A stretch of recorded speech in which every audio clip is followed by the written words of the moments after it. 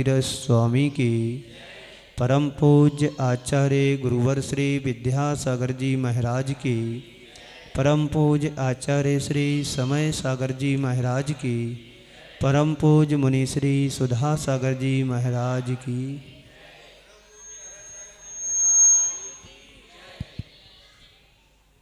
बोली कुंडलपुर के बड़े बाबा की। हम सबके आरसनाथ धाम में विराजमान मुनि श्री 108 अरह सागर जी महाराज की। चलिए, बड़े ही पुण्य का अवसर है कि हमारे बीच पूज्य मुनि श्री विराजमान हैं और उनके सानिध्य में हम सभी जिज्ञासा समाधान कार्यक्रम प्रारंभ कर रहे हैं।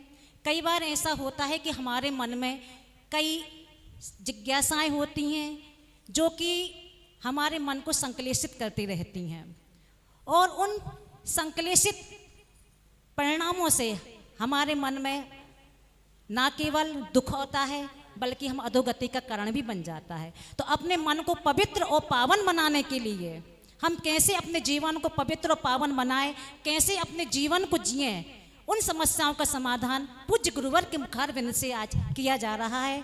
जिन किसी को भी अपनी शंकाएं रखना है कृपया शीघ्र अतिशीघ्र अपने नाम प्रेषित कर दें। सर्वप्रथम जिज्ञासा के लिए आ रही हैं श्रीमती छाया जैन। महाराज जी अपने कर्मों की निर्जरा कैसे करें और स्त्री पर्याय का तेजन कैसे करें? नमोस्तु महाराज जी, कर्मों की निर्जरा हम लोग कैसे करें? ग्रस्त जीवन में रहते हुए हम सभी अपने कर्मों को कैसे निर्जीर करें, आपका प्रश्न है और आपके द्वारा हो सकता सभी का भी हो सकता है, क्योंकि हम सभी संसारी प्राणी हैं। तो कर्मों की निर्जरा तो हम सभी चाहते हैं।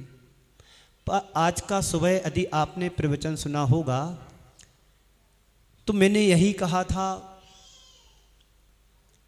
कि जो हमें मिला है आज,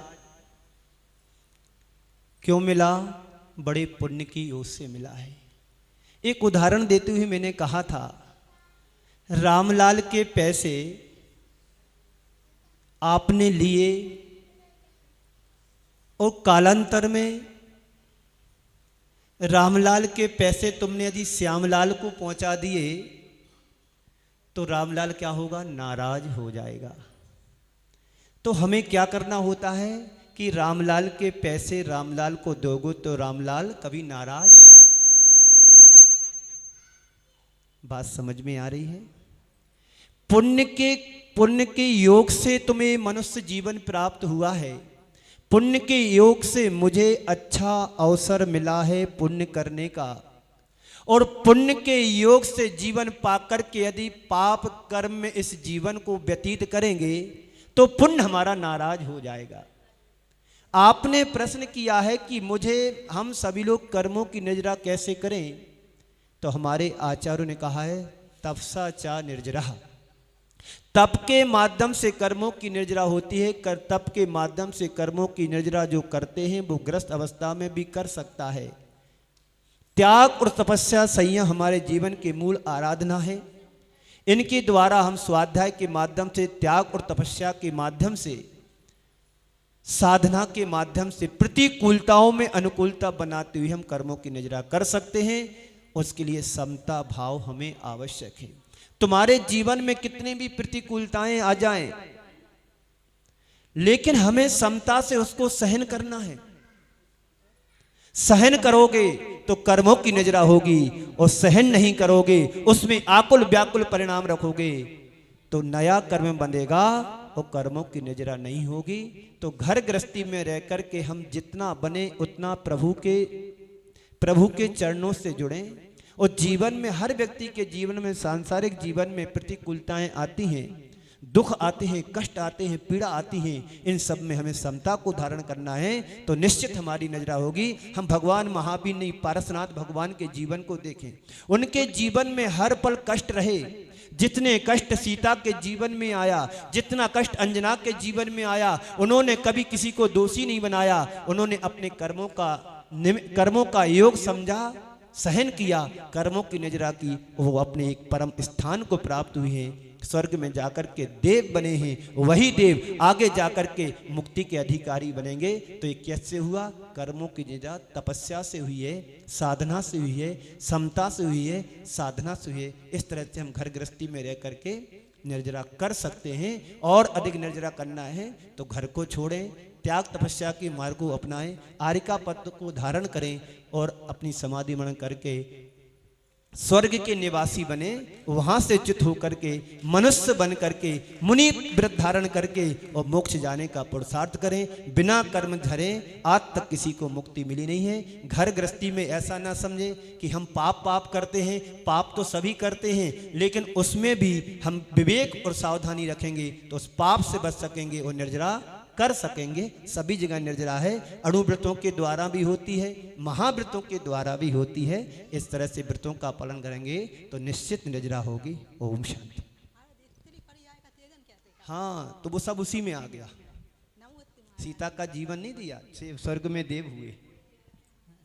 पूज्य गुरुवर के द्वारा हमें जीवन का ही सूत्र प्रदान किया गया कि किस तरह हम प्रतिकूलता में अनुकूलता अपनाएं।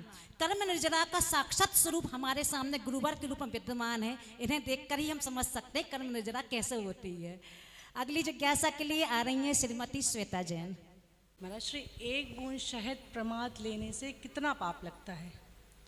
एक बूंद शहद को ग्रहण करने से मैंने बचपन में सुना था, मुनियों के द्वारा, शास्त्रों में भी आप लोगों ने पढ़ा होगा, ध्यान में होगा। कहते हैं कि एक बूंद शहद को ग्रहण करने में 7 गांव को जलाने के बराबर पाप लगता है। एक बात तो ये हो गया, सैद्धांतिक हो गया। लेकिन शहद आप समझते किसको हैं? मधुमक्खी बाहर से तुम्हारी यूरिन में से शुगर लेकर के आती है, अपने मुख में वो जाकर के छत्ते में रखती है। आप यदि उल्टी करते हैं तो क्या उल्टी को आप पुनः सेवन कर सकते हो?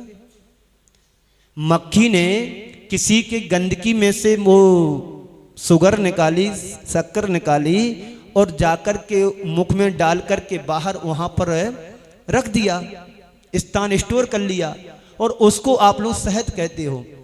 शहद ना खा करके जो घर में चीनी होती है, गुड़ होता, खांड होता, उसकी चाशनी बना करके उपयोग करें तो हम अशुद्धि से बचेंगे, तत्संबंधी पाप से भी बच सकते हैं। इसलिए कहते हैं शहद बोएं, एक बूंद में को ग्रहण करने से 7 गांवों को जलाने का पाप लगता है, ऐसा सुनाता। ये समझना चाहिए। ओम। श्रीमती सरिता जैन। इसके बाद तैयार हैं श्रीमती प्रियांशी जैन।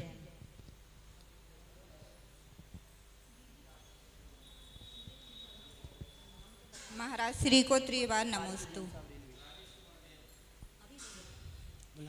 महाराज श्री, मेरी जिज्ञासा ये है कि मंदिर में दिया हुआ दान बड़ा है या किसी जरूरतमंद या गरीब को इंसान को दिया हुआ दान बड़ा है? बहुत अच्छा आपने प्रश्न किया कि मंदिर में किसी निमित्त से दिया हुआ दान अच्छा माना जाता, बड़ा माना जाता है।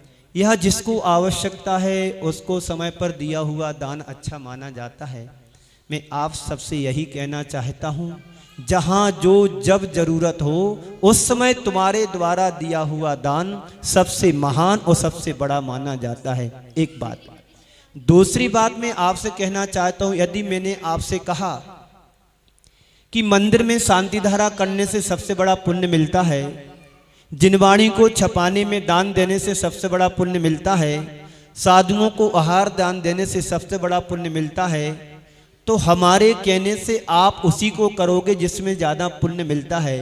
पर हमेशा मैं यह कहा करता हूँ कि जरूरतमंदों को या जिस समय जो जिसकी चीज़ की ज़रूरत है उस समय तुम्हारे द्वारा उसकी पूर्ति यदि हो जाती है, सहयोग तुम्हारा हो जाता है, तो सबसे बड़ा दान वही कहा जाता है। ये मान करके चलें कि जहाँ जैसी आवश्यकता हो प्राथमिकता उसको समझें, बाकी सेकंड टाइम दूसरे के लिए जो जैसा हो वैसा करें। ये हमारी समझ से ऐसा करना चाहिए। अगली जिज्ञासा के लिए आ रहे हैं श्रीमान आर के जैन। इसके बाद तैयार हैं श्रीमती प्रियांशी जैन। नमोस्तु महाराज जी, नमोस्तु नमोस्तु। महाराज जी, हमारा प्रश्न है, कर्म सिद्धांत क्या है? बहुत अच्छा। कर्म सिद्धांत क्या है? खड़े रहना। आपने सैद्धांतिक प्रश्न किया है। हमारा जो तुम्हारा जीवन है कर्मों के ऊपर आधारित जीवन बना है। हमारे आचार्यों ने 8 प्रकार के कर्मों को बताया है। ज्ञानावर्णी, दर्शनावर्णी, वेदनी, मोहिनी, आयु, नाम, गोत्र और अंतराय। ये 8 कर्म हैं जो इनके उत्तरभेद 148 कर्म प्रकृतियां हैं। इनको हम शास्त्रों में पढ़ते हैं और इन सारी चीजों के द्वारा ही हम क्या करते हैं? जीवन पाते हैं। शरीर नाम कर्म के उदय से हमें शरीर मिला है। आंगो पांगो नाम कर्म के उदय से हमारे शरीर के अवयव निर्मित हुए हैं, तैयार हुए हैं। और कर्म सिद्धांत वो कहलाता है जो कर्म तुमने बांधा है उसी कर्म के निमित्त से तुम्हें जीवन, तुम्हारा जीवन जीने की शैली मिल रही है। यदि आपका भाई आपके घर में है, एकदम सीधा है, सुन भी नहीं पाता है, बोल भी नहीं पाता है, तो ये भी उसका अपना कर्म का उदय है। एक माँ से 2 बेटे जन्मे हैं, 3 बेटे जन्मे, एक महाराज बन रहा है, एक इंजीनियर बन रहा है, और एक का कर्म सिद्धांत क्या है? ना बोल पाता है ना सुन पाता है। इसी को बोलते हैं कर्म सिद्धांत। कर्म पर वसई शांतई दुखई रंत ऋतोदय पाप बीजे। ये पाप बीज संसार के बीज का कारण है। तो कर्मों के वशीभूत होकर के ये जीव संसार में क्या कर रहा है? भ्रमण कर रहा है, भटक रहा है। कर्म को सबने, सीता के जीवन में कर्म बंधा था। जब वो पिछली पर्याय में थी, किसी राजा किसी भी जीव में थी, किसी भी पर्याय में थी, उसने मात्र इतना ही कहा कि साधु और एक आर्यिका आपस में बात कर रहे थे। ये दूसरा अंजना का है। अंजना के जीवन का है कि उन्होंने किसी पर्याय में दोषारोपण लगा दिया साधु को। देखो कैसी चर्चा कर रहा है, जैसे कोई सीता का था, जो भी है उदाहरण समझो। तो वो कर्म उसके जीवन में बंधा और उसको अपने पति से वियोग होना पड़ा, दर दर भटकना पड़ा। राजा महाराजाओं की बेटी होने के बाद भी कर्म उसको भी नहीं छोड़ा। पारसनाथ भगवान के जीवन को देखो, उनको भी कर्म ने नहीं छोड़ा। महापुरुषों के जीवन में भी कर्म का उदय आता है। कल नहीं परसों किसी ने पूछा था, तो मैंने उसके उत्तर में दिया था, परीक्षा किसकी होती है? जो स्कूल में एडमिशन लेता है, दाखला कराता है। और जिसने कभी स्कूल में एडमिशन नहीं करा उसकी परीक्षा होना ही नहीं है। जो व्रत नियम लेते हैं उनकी ही कर्मों की निजा होती है और उनकी ही परीक्षा होती है। तो कर्म सिद्धांत यही है कि कर्म की केमिस्ट्री को समझें। जो कुछ मुझे प्राप्त हो रहा है, सुख दुख, अच्छा बुरा, लाभ हानि, ये सब कर्म सिद्धांत पर ही आधारित है। अच्छा शरीर पाया, अच्छी बुद्धि पाया, अच्छा कुल पाया, अच्छा शरीर पाया, सब कुछ तुम्हें अच्छा मिला है। तो क्यों मिला है? आज इसी पर हमारा प्रवचन था। तो पुण्य के उदय से मिला है और किसी को नहीं इससे विपरीत मिला है। जन्म से ही विकलांग आते हैं, जन्म से ही अपंग आते हैं, जन्म से ही सुन और देख नहीं पाते हैं, बोल नहीं पाते हैं। इसी को कर्म सिद्धांत कहते हैं। कर्म को समझें, उस पाप कर्म से बचने का पुरुषार्थ करें, ऐसा समझना चाहिए। नमस्ते महाराज। श्रीमती प्रियांशी जैन, इसके बाद तैयार रहे श्रीमती रचना जैन। मूल नायक भगवान को मेरा नमोस्तु। नमोस्तु गुरुदेव। मेरा प्रश्न ये है कि अपयश कर्म और यश कर्म क्या होते हैं, इनका वंद कैसे होता है और अपयश कर्म की निर्जरा कैसे होती है? अपयश और यश, अपयश का अर्थ होता है तुम्हारे लिए कोई चाहता नहीं, तुम जहाँ भी जाते हो अच्छा कार्य करने की कोशिश करते, फिर भी लोग तुम्हें उसका वांछित अच्छा फल नहीं मिलता है। यश कीर्ति का उदय वो कहलाता है तुमने 2 प्रतिमा के व्रत ले लिए, अणुव्रत ले लिए, महाव्रत ले लिए, उसी क्षण से तुम्हारा यश कीर्ति का उदय हो जाता है। सब लोग तुम्हें चाहते हैं, सभी लोग तुम्हें पड़गहान करते हैं, सभी लोग तुमको ऊंचा स्थान देते हैं। अभी आपके सामने ब्रह्मचारिणी दीदी बैठी हुई हैं, आपसे कितने ऊपर बैठे हैं। आप जमीन पर बैठे हैं, चिटाई पर बैठे हैं, वो पार्टी पर बैठे हैं। ये किसका प्रतीक है? यश कीर्ति नाम कर्म का उदय। अपयश यानी इससे विपरीत, तुम अच्छा तो कर रहे हो लेकिन तुम्हें उसका कुछ लाभ नहीं मिल पा, तुम अच्छा बोल भी नहीं रहे हो, कोई तुमसे ये भी नहीं बोल रहा कि तुम कितना अच्छा बोलते हो, बाय बाय नहीं कर रहा, तो अपयश नाम कर्म का उदय इस तरह से होता है और यश कीर्ति नाम कर्म का उदय इस तरह से होता है कि तुम दो प्रतिमा या कोई भी संयम ले लो तो तुम्हारा गुणस्थान ऊंचा हो जाता है और हर व्यक्ति तुम्हें चाहने लगता है, अरे ये तो बहुत अच्छी बहू है, कहाँ से लाए हो, बहुत अच्छा बोलती है, तो यश कीर्ति नाम का उदय। श्रीमती रचना जैन, इसके बाद तैयार रहें श्रीमती कमला जैन। नमस्ते महाराज जी, मेडिकल की पढ़ाई में की हुई हिंसा का दोष जो लगता है उसका पश्चाताप कैसे करें? बहुत अच्छा प्रश्न है। ये कई प्रश्न आचार्य श्री के पास भी आए होंगे और भी जो महाराज श्री शंका समाधान करते उनके पास भी आते रहते हैं। तो मैं आपसे इतना ही कहना चाहता हूँ, गुरुदेव ने एक बार कहा था मेडिकल में जो पढ़ाई करते हैं वहाँ पर सारे ऑपरेशन वगैरह भी करना होता है और भी प्रैक्टिकल भी करने होते हैं। बहुत सारे जीवों की हिंसा भी उस 5-7 साल में होती रहती है, तो इस हिंसा से हम कैसे बचें?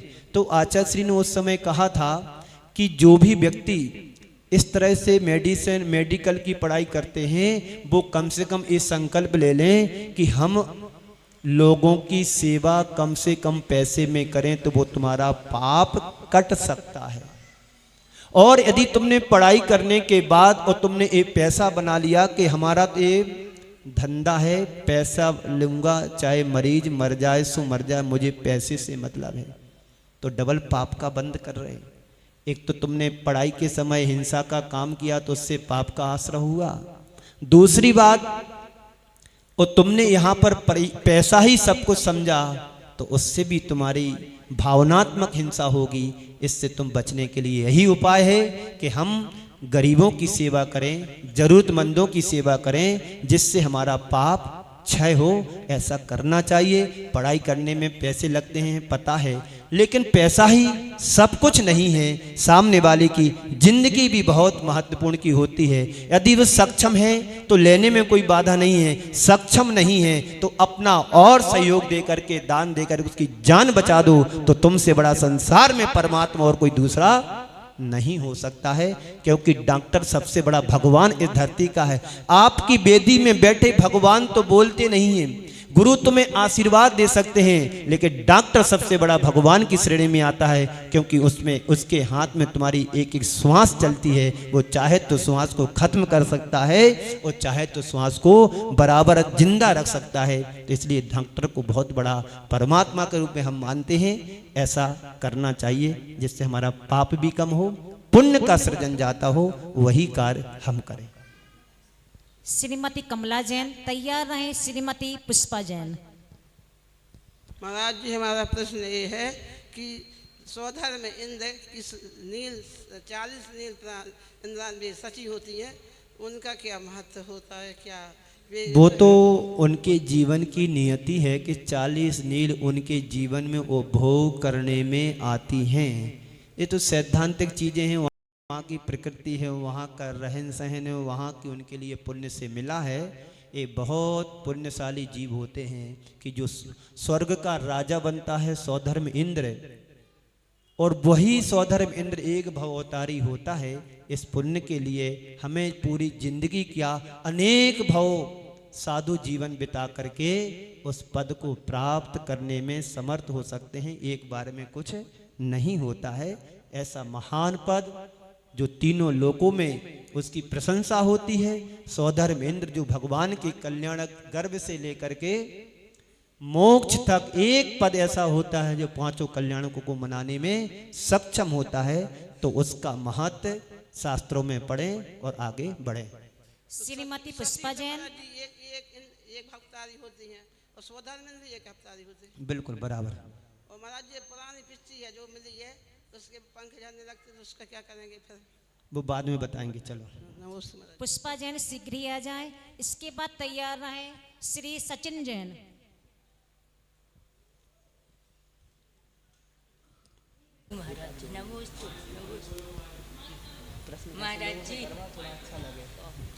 महाराज जी, नवोकार महामंत्र की जाप किस प्रकार दी जाती है?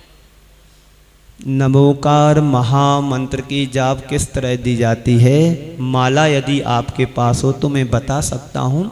हम लोग प्रायः क्या करते हैं, माला को अंदर खिसकाते हैं, जबकि माला को बाहर साइड गुरियों को करना चाहिए तो माला सही मानी जाती है। जब तुम्हारी तीनों वो मणि पास में आ जाती हैं तो उसका उल्लंघन नहीं करना है, उसको घुमा करके उसी से फिर शुरू करना है। तो ये जाप का हो गया। तो नमोकार मंत्र को आप किसी भी तरह से कभी भी पढ़ सकते हैं, पवित्रो वा अपवित्रो वा। पवित्र स्थान हो अथवा अपवित्र स्थान हो, चाहे नीचे से पढ़ो, चाहे ऊपर से पढ़ो, चाहे बीच से पढ़ो, कोई भी मंत्र कहीं से पढ़ो तो पाप लगने वाला नहीं है। नमोकार मंत्र एक ऐसा मंत्र है जिसको हम आगे पीछे कहीं से भी पढ़ने में समर्थ हैं, और बस एकमात्र नमोकार मंत्र हमें अंत समय तक याद रहे तो समझ लो हमारा सबसे ज़्यादा पुण्य का उदय है। ये पुण्य बिरले जीवों को मिलता है। आप बड़े बड़े ग्रंथों को पढ़ लेना, समाधि के समय वो ग्रंथ नहीं याद आते हैं। समाधि के समय तो एक ओम शब्द भी याद रहा और अंत में ओम बोल के ही इस शरीर का विसर्जन किया जाता है। इसलिए नमोकार मंत्र के 5 पदों को याद रखो। अरिहंत भगवान कैसे होते हैं, सिद्ध कैसे होते हैं, आचार्य कैसे होते हैं, उपाध्याय साधु कैसे होते हैं, इनके चरित्र को, इनके जीवन को हम अपने जीवन में बिंब बना करके रखें और उन्हीं को जपते रहें, उन्हीं को देखते रहें तो तुम्हारा कल्याण निश्चित है। इस पर विश्वास बना करके चलना चाहिए। ओम शांति। श्री सचिन जैन तैयार रहे, श्रीमती शालिनी जैन। नमस्ते महाराज जी। महाराज जी, हम लोग रोज मंदिर आते हैं और लगातार महाराज जी लोग का सानिध्य भी मिलता रहता है। इससे हम लोग धार्मिक तो बन रहे हैं, पर एक अच्छे नागरिक बनने में शायद पीछे हैं। तो एक अच्छे भारतीय नागरिक कैसे बने, शंका का समाधान कीजिए। बहुत अच्छा आपने प्रश्न किया है। हम धर्मी तो बन गए, धर्मात्मा कब बनेंगे ये हम जोड़ देते हैं। धर्मी हम बन गए, धर्मात्मा कब बनेंगे? धर्मात्मा तब बनोगे जब तुम धर्म को जीवन में धारण करोगे। आपने कहा कि एक धर्मी तो हम बन गए, लेकिन अच्छे इंसान और नागरिक कैसे बने? तुम परोपकार के कार्य करना शुरू कर दो तो आप इंसान क्या भगवान भी बनने में समर्थ हो सकते हैं। बस हमारी कमी क्या है, हम लोग नाम के लिए करते हैं। कहीं प्रशंसा के पुल तुम्हारे कानों में 2 शब्द आ जाएं कि आप बहुत अच्छी सेवा करते, नगर सेवा करते हैं, गरीबों की सेवा करते हैं, तो हो सकता तुम्हारा उत्साह बढ़ जाए। और मैं चाहता हूँ आप जैसे युवा यदि से सड़क पर उतर आए और दीन दुखी जीवों की सेवा करना प्रारंभ कर दें तो मैं समझता हूँ आपसे बड़ा और धर्म कोई नहीं कर सकता है। एक मुझे उदाहरण आ रहा है, राजगृह के राजपथ पर भिक्षुक गमन कर रहा था। एक राज नर्तकी, उस जमाने की जो बेश्या हुआ करती थी, उसने अपने महल से देखा कि कोई युवा इस राजमार्ग पर चला जा रहा, उसके साथ कोई नहीं है। उसने अपने महल से आवाज लगा करके आवाज दी, हो भिक्षुक ठहरो। अनसुना करके भिक्षुक आगे बढ़ता गया। वह दौड़ करके आगे आई, उसको रास्ता रोक लेती है, तब भी भिक्षुक रुका नहीं। फिर आगे आकर के कहती है कि तुम कहाँ चले जा रहे हो इस तरुण अवस्था में, इस युवा अवस्था में? आपको तो हमारा सानिध्य पाना चाहिए था। और उसको इतना सुनकर के अनसुना करके भिक्षुक आगे चला गया। अभी नहीं फिर कभी, अभी नहीं फिर कभी। समय पलटा, कर्मों का उदय आया। वही राजनर्तकी ऐसी बीमार पड़ी कि उसके शरीर में सिर पे कीड़े पड़ने लगे, कोढ़ बन गया। कुछ समय बाद भिक्षुक उसी राजमार्ग से फिर गुजरा, देखता है कि वही राजनर्तकी कराए रही है, उसके लिए उसके पास कोई नहीं है। उसने देखा, अपने कमंडलू से उसकी बैयावृत्ति करी, पानी छिड़का, कीड़े बाहर निकाले, उसे थोड़ा होश आया। पलट करके देखा ये कौन है, तो कहती है भिक्षुक तुम यहां पर कैसे? बोले मेरी ही आपको आवश्यकता थी इसलिए मैं यहां पर हूं। तो वो पुनः कहती है अब मेरे पास बचा क्या है? अब मेरे पास बचा क्या है, तुम इस समय आए। तो भिक्षुक कहता है सिर्फ मुझे आपको मेरी ही आवश्यकता थी और सिर्फ मेरी ही थी, इसलिए मैं आया हूँ।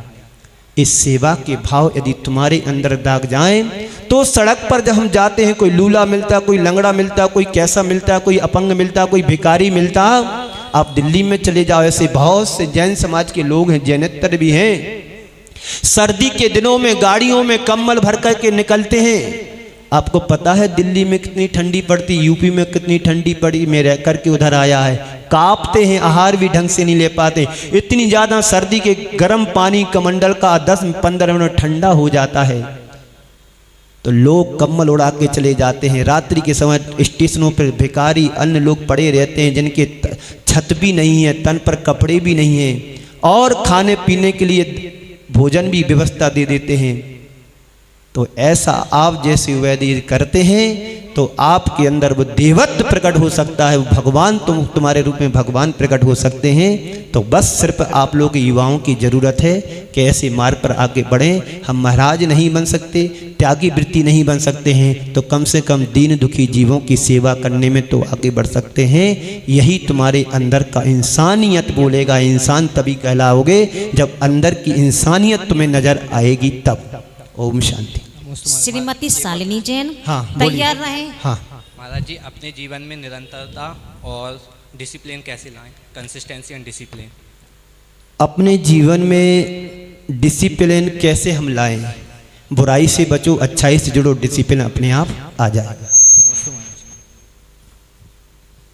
तैयार रहे श्रीमती रानी जैन।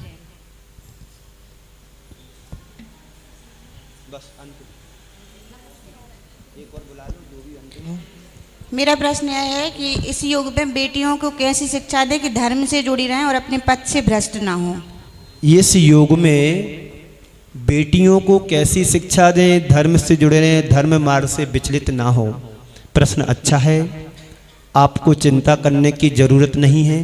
पूज्य गुरुदेव को इस मार्ग की चिंता हुई, उन्होंने अपने परम मंगल आशीर्वाद से पृथ्वा स्थली का निर्माण किया है, करवाया है। आप जैसी माताएं आप जैसे प्रश्न को खड़े ना करें, अपनी बेटियों को पृथ्वा स्थली में ले जा करके दाखला करें, जिससे तुम्हारी 7-8 वर्ष बच्चे सुरक्षित रह सकते हैं। जो वहाँ पर संस्कार दिए जाते, जो वहाँ पर बताया जाता है, उन बेटियों के लिए कहीं फिर भटकने की जरूरत नहीं पड़ती है। ये आचार्य श्री भगवान की पीड़ा, अंदर की पीड़ा थी। बच्चों को तो हम कहीं पर बैठ करके भेज करके पढ़ा सकते हैं, लेकिन अपनी बेटियों को कहाँ भेज करके पढ़ाएंगे। तो उनको वो चिंता थी, उस चिंता को साकार रूप लिया है ज्ञानोदय विद्यापीठ पृथ्वा स्थली जबलपुर, डोंगरगढ़, ललितपुर, इंदौर और रामटेक, 5 स्थानों पर पृथ्वा स्थली जैसी संस्थाएं अपनी प्रगति को दे रही हैं, गतिशील हो रही हैं। वहाँ पर जाएं, बच्चों को पढ़ाएं। और आपके पास यदि बेटियां नहीं हैं तो कम से कम इतना संकल्प करें कि एक एक बेटी को गोद लें। जो वहाँ पर गरीब परिवार की बेटियां जाती हैं, उनको फीस भरने की व्यवस्था नहीं रहती है, तो हम समाज के लोग मिलकर के कम से कम 11-11 हज़ार दे करके एक बेटी का 1 वर्ष का 1 लाख रुपए जो होता है, उससे उनका हम योगदान दें और बेटी को उसको पैर पर खड़ा करें, तो वो समाज के कतिपय लोग ही कर पाएंगे। मैं समझता हूँ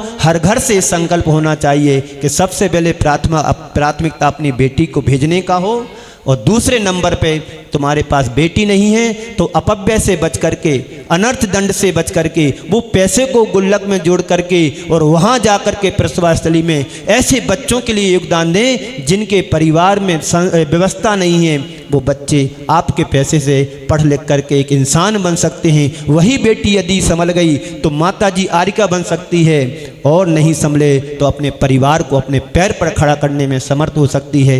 ऐसा कार्य करें जिससे आचार्य श्री का नाम और ऊंचा उठे। उनके काम से, अब नाम से काम नहीं, अभी तो नाम से काम से चलता था काम, अब उनके नाम से काम चलेगा। ऐसे गुरुवर श्री विद्यासागर जी महाराज का आशीर्वाद पूरी समाज, दिगंबर जैन समाज, ठीक जैनेतर बंधुओं के लिए भी आशीर्वाद रहता है।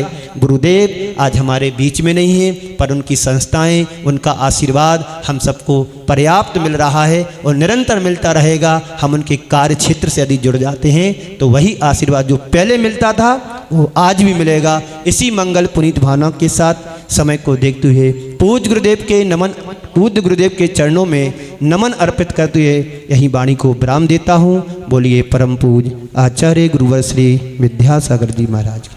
परम पूज्य गुरुवर श्री 108 अरय सागर जी महाराज की।